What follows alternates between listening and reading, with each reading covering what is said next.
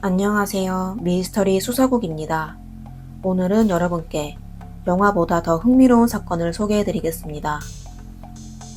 8세 로라와 9세 크리스탈은 학교에서 가장 친한 친구였습니다.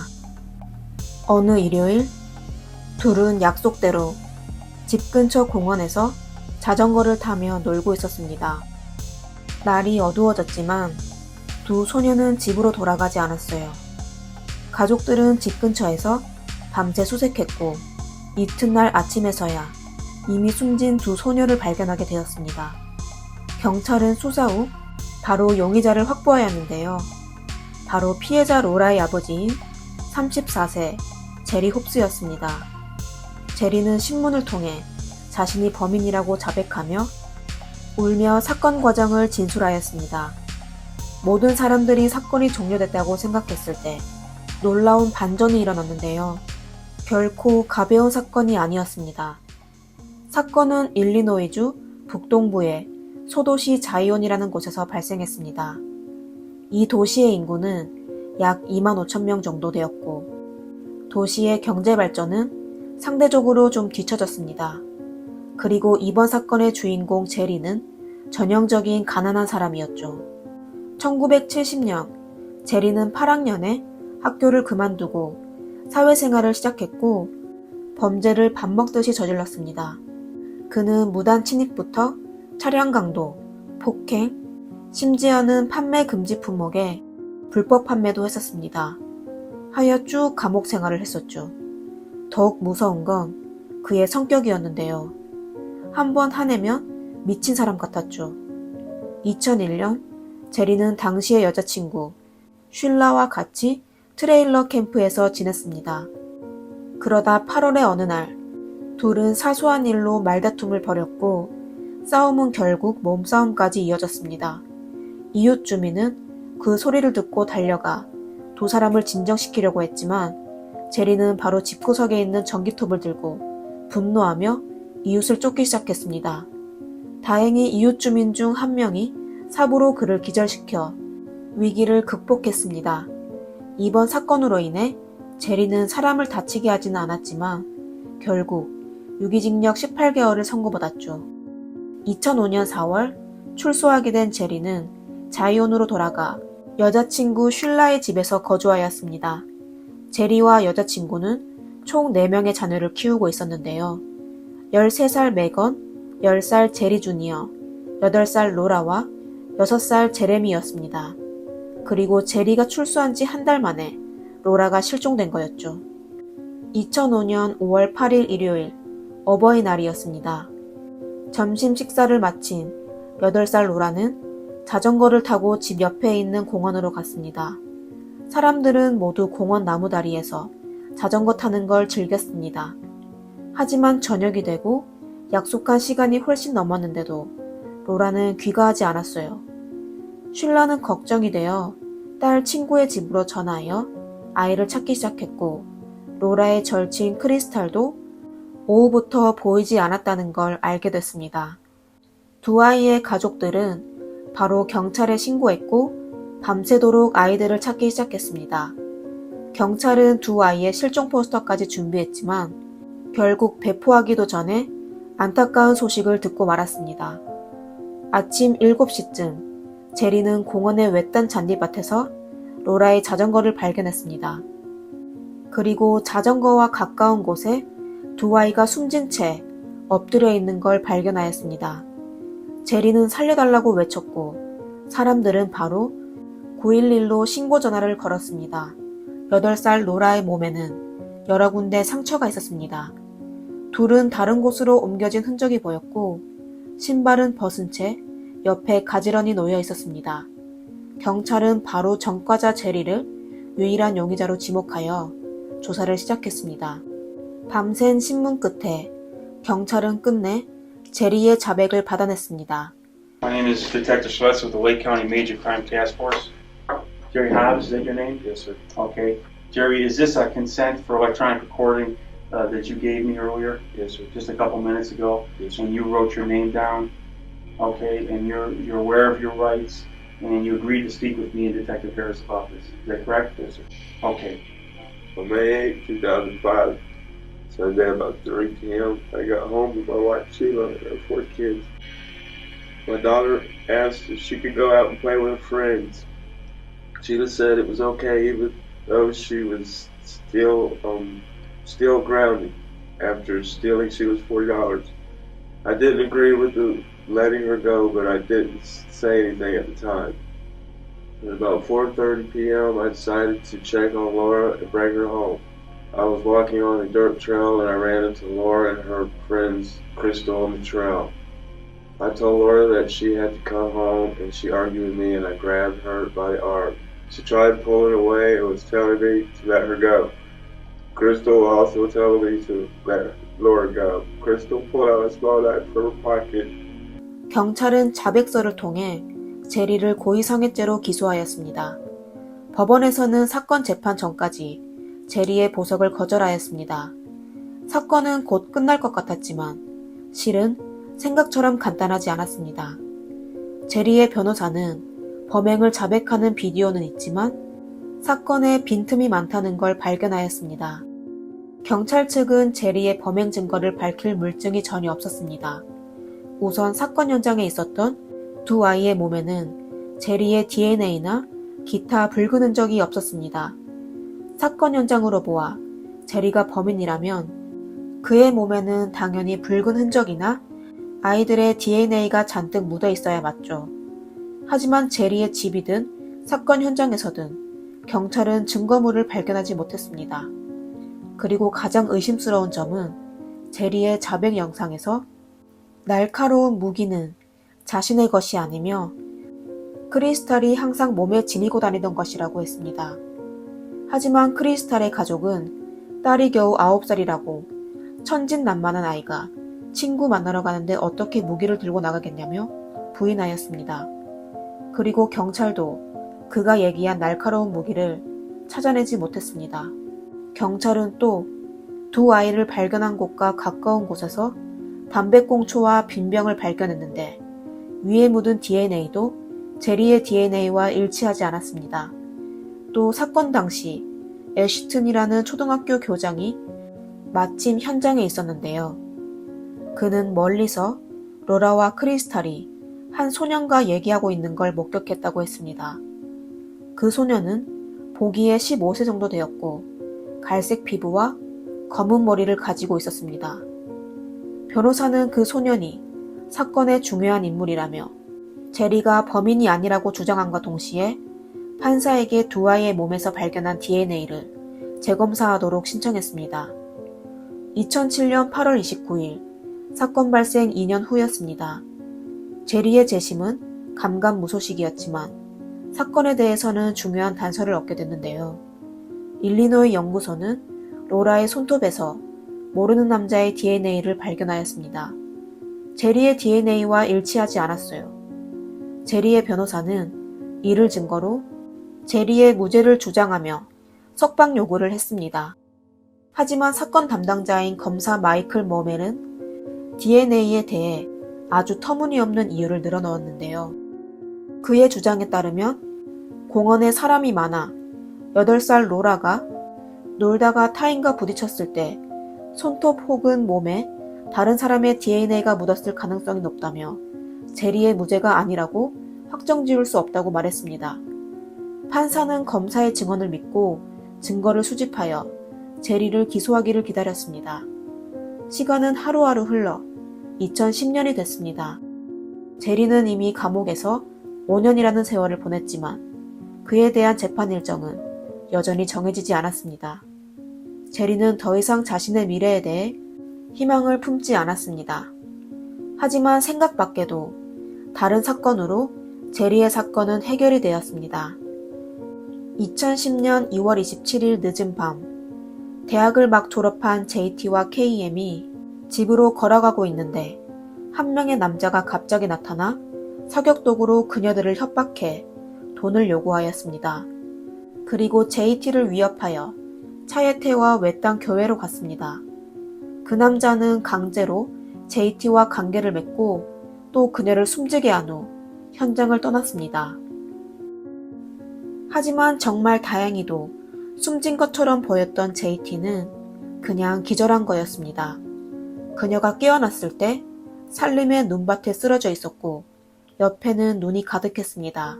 JT는 살아남고자 하는 의지로 인근 고속도로로 기어가 결국 트럭 운전자에게 구조됐습니다. 경찰은 JT의 진술에 따라 범인의 외모와 그가 운전하는 승용차의 모델과 번호판을 확보했고 그녀의 몸에서 범인의 DNA도 수집하였습니다. 얼마 안 돼 경찰은 범인을 체포하였는데요. 바로 그 당시 21세였던 호르헤 토레즈였습니다. 그럼 토레즈는 5년 전의 제리 사건과 어떤 연관이 있었을까요? 경찰은 토레즈의 DNA를 데이터베이스에 넣었는데요. 결과 로라의 손톱에서 발견한 DNA와 일치하는 걸 알아냈습니다. 다시 얘기하자면 5년 전에 로라와 크리스탈을 숨지게 한 범인은 제리가 아니라 토레즈였습니다. 토레즈는 1988년 8월 18일에 태어났습니다. 2005년 로라 사건 발생 시 그는 겨우 16세인 고등학생이었습니다. 사건 당시 애시튼이라는 목격자가 얘기한 두 아이와 얘기한 소년이 바로 16세 토레즈였죠. 그 당시 토레즈는 9세 크리스탈의 오빠와 친구였고 둘은 아는 사이였습니다. 그는 사건 발생 이후 능청스럽게 피해자 크리스탈의 집으로 가서 몰려오는 기자들의 인터뷰를 대신 막아주었습니다. 2006년 사건 발생 1년 후 토레즈는 미국 해군이 되었지만 범죄를 멈추지 않았습니다. 군복을 입은 그는 여전히 짐승보다 못한 짓을 하고 다녔습니다. 그는 로라의 사건에만 연관되어 있을 뿐만 아니라 2009년에 발생한 형사사건에도 연관이 있었습니다. 그 당시 20세였던 아만다 스넬은 미국 해군 하사관으로 해군 정보부 소속이었습니다. 항상 정각에 출근했던 아만다는 2009년 9월 12일 밤에 갑자기 결근을 했습니다. 다음날 아침 2명의 군사가 그녀의 결근 이유를 확인하기 위해 아만다의 방을 방문했습니다. 아만다의 방문은 열려 있었고 옷장을 여는 순간 끔찍한 광경을 발견하게 됐습니다. 아만다가 웅크린 채 작은 벽장에 있었는데 얼굴이 베개에 깔려 있었습니다. 법의학 감정 결과 아만다는 이미 숨진 지 24시간에서 36시간이 되었고 그녀의 침대에서 정체를 알 수 없는 남자의 DNA도 발견하게 됐습니다. 이 사건의 범인이 토레즈인 것은 JT 사건이 발생하고 나서야 알게 됐습니다. 알고 보니 2009년 사건 발생 시 토레즈와 아만다의 방은 불과 10여 미터에 떨어져 있었습니다. 아만다가 숨진 후 해군 측에서는 군형의 토레즈가 포함한 모든 사람의 DNA를 채취했는데요. 당시 사람도 많고 DNA 검사 시간도 오래 걸려 JT 사건이 발생하고 나서도 검사는 진행되지 않았습니다. JT 사건 발생 이후 가장 먼저 토레즈의 DNA를 검사했는데 아만다의 침대에서 발견한 것과 동일했습니다.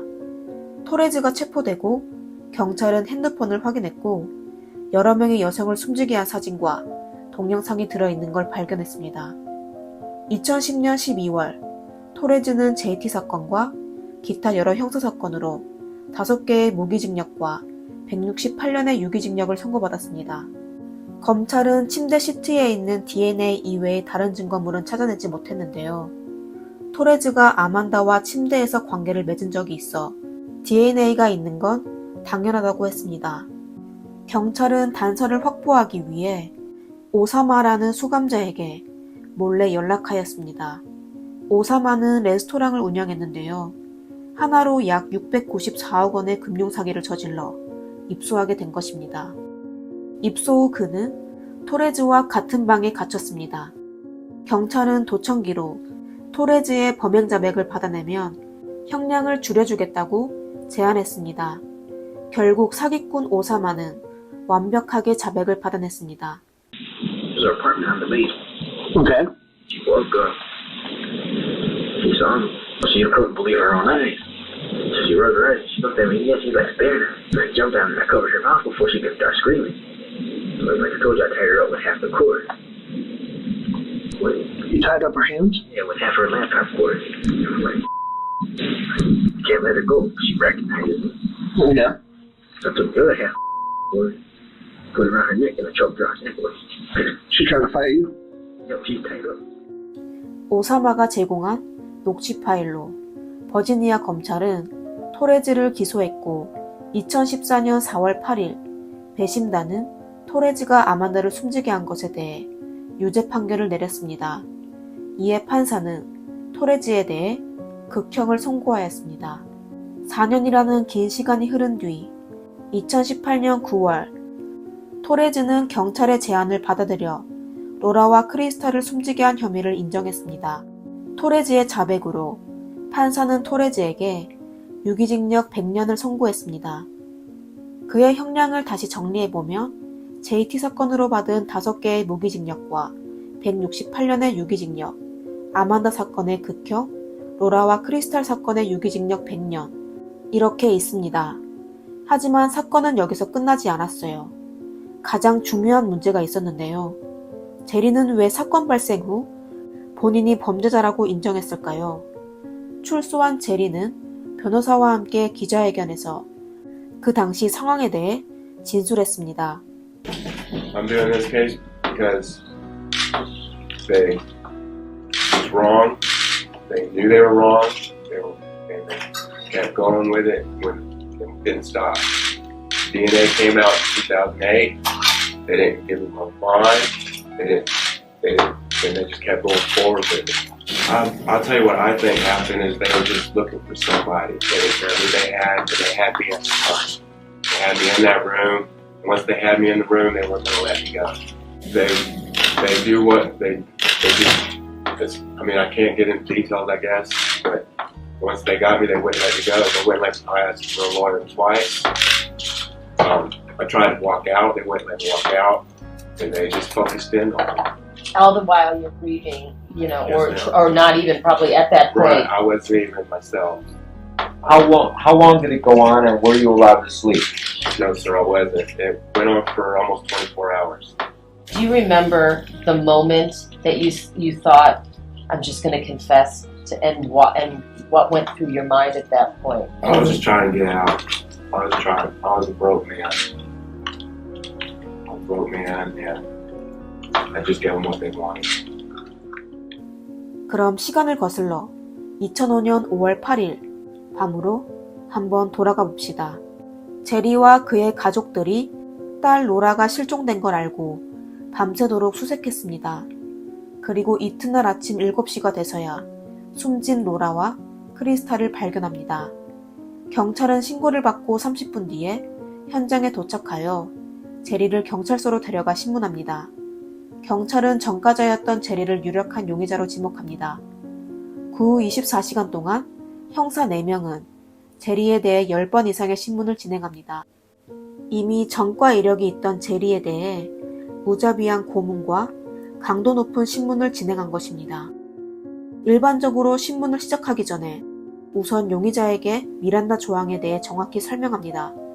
그리고 취조실에 카메라를 설치하고 전체 신문 과정을 녹화해야 하는데 경찰은 이 중요한 절차들을 모두 무시해버렸습니다. 그리고 법의학자는 로라의 몸에서 범인의 DNA를 발견했는데요. DNA 검사를 하는데 시간이 오래 걸렸기 때문에 심사를 하는 동안 DNA 결과에 대해서 아무도 몰랐습니다.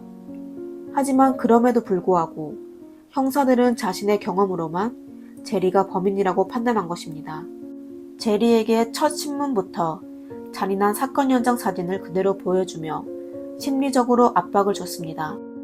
그리고 4월에 출소하고 나서 바로 5월에 아이가 숨졌고 마침 제리가 제일 먼저 숨진 아이들을 발견했기 때문에 형사는 현장에서 이미 그가 저지른 범행 증거와 목격자를 확보했다고 거짓말을 했습니다. 그리고 제리가 제공한 알리바이도 묵살시키고 거짓말 탐지 검사도 4번이나 실시했습니다. 심지어 제리가 한 얘기가 전부 거짓으로 나왔다고 거짓말까지 했습니다. 사실 거짓말 탐지기는 단서만 얻어낼 뿐 증거로 사용할 수 없었는데 이마저도 나중에 알고 보니 형사의 거짓말이었습니다. 형사는 여러 가지의 수단을 시도했지만 제리는 여전히 자신이 범인이 아니라고 했습니다. 결국 경찰은 심사하는 척도 하지 않고 제리에게 그가 범행을 인정하지 않으며 그의 여자친구 슐라가 용의자라고 발표하겠다고 협박했습니다. 그리고 그가 겪은 모든 걸 슐라도 똑같이 겪을 것이고 그가 범인이든 아니든 구치소에 오래도록 갇히게 될 거라고 하며 나중에 출소하게 돼도 사람들의 비판을 받을 거라고 협박했습니다. 심지어 아이들까지 들먹이며 협박을 이어나갔죠. 이때 이미 사랑하는 딸을 잃게 된 제리는 정신적, 육체적으로 피폐해져 있었으며 이틀 동안 이어진 고강도 고문에 잠을 자지 못하여 종종 정신까지 잃을 정도였습니다. 그는 여러 번 변호사를 만나게 해달라고 요청했지만 전부 거절당했습니다. 결국 24시간의 신문 끝에 제리는 정신적으로 완전히 무너졌습니다. 형사들은 본인이 상상한 범죄 과정을 적어 제리가 읽도록 지시했습니다. 하지만 제리는 여전히 쉽게 죄를 인정하지 않았습니다. 처음 녹화할 당시 제리는 아래 제가 얘기하려고 하는 내용들은 전부 거짓입니다. 라고 말했습니다.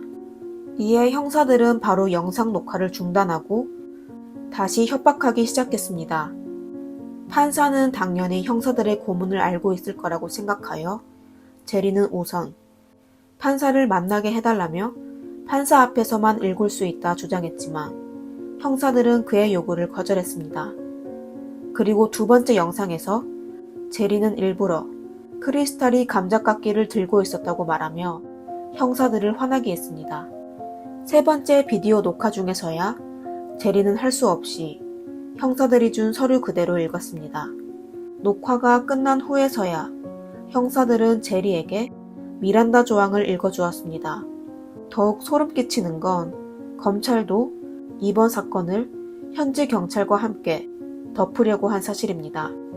사실 2007년 로라의 몸에서 발견한 DNA가 제리의 것이 아니라는 걸 발견했지만 현지 검찰 측은 터무니없는 여러 가지 이유로 제리의 기소를 거절했습니다. 심지어 법의학 요원이 로라의 손톱, 입, 하체 및 기타 부분에서 샘플을 취득했지만 검찰은 규칙을 어기고 현미경 절편 실험만 요구했을 뿐 DNA 검사는 진행하지 않았습니다. 2010년 사건을 재수사하며 로라의 몸에서 발견한 샘플로 DNA 검사를 하고 나서야 로라가 몹쓸 짓을 당했다는 사실을 알게 됐습니다. 로라의 몸에서 소집한 DNA는 토레즈의 DNA와 일치했습니다. 당시 경찰이 DNA 검사를 하지 않았던 이유는 제리가 무죄라는 사실이 밝혀지면 책임을 져야 했기 때문이죠. On May 8, 2005, the Zion Police Department and the Lake County Major Crimes Task Force began an investigation into the brutal murders of Laura Hobbs and Crystal Tobias. Early in that investigation, the evidence pointed to Jerry Hobbs. His behavior and other evidence raised red flags and pointed to his mouth. Jerry Hobbs made a verbal confession, he signed a typed statement, and he made a videotaped confession. 이후 기자회견에서 레이크 카운티 검사 웰러와 마이클은 경찰 측에서는 아무런 잘못이 없다고 발표했습니다. 그들은 아무런 책임도 지기 싫어했습니다. 제리는 출소 후 그에게 신문한 2명의 경찰과 사건을 심사한 검찰을 전부 고소하였습니다. 2014년 제리는 승소하여 1912일을 감옥에서 보낸 뒤 $775만, 하나로 약 101억 원을 배상받았습니다. 하지만 경찰은 배상만 했을 뿐 사건에 투입했던 경찰과 검찰에게 아무런 처벌을 하지 않았습니다. 제리의 사건은 여기서 종료되었고 사람들은 이 사건을 통해 많이 반성하게 됐죠. 만약 경찰이 제리에게 자백을 강요하지 않고 현장에서 채취한 DNA를 통해 사건을 심사했으면 아마 제리가 범인이 아니라는 건 바로 알 수 있었겠죠. 혹은 경찰이 바로 범인 토레즈를 체포만 했어도 아만다와 JT 그리고 기타 다른 여성들도 비참하게 숨지지는 않았을 겁니다. 2011년 마이클 머멜 검찰은 드디어 대가를 치르게 됐습니다. 그는 조기 퇴직을 강요받았습니다. 마이클은 바로 조금 전에 로라의 몸에서 나온 DNA가 놀다가 생긴 것일 거라고 추측한 검사입니다. 2016년 경찰에게 도움을 주었던 오사마는 2명의 강도로 인해 비참하게 세상을 뜨게 됐습니다. 그리고 제리는 하나로 101억 원을 취득하고도 정상적인 인생을 보내지 못했습니다. 그는 여전히 낡은 집에서 생활하고 있으며 여전히 백수로 있었습니다. 그는 배상금을 받은 후 무면허 운전과 금지품 소지로 체포됐으며 2021년에도 같은 혐의로 체포됐습니다. 돈은 그에게 아무런 의미가 없었습니다. 여러분은 오늘의 사건에 대해 어떻게 생각하시나요? 댓글로 남겨주세요. 미스터리 수사국이었습니다. 감사합니다.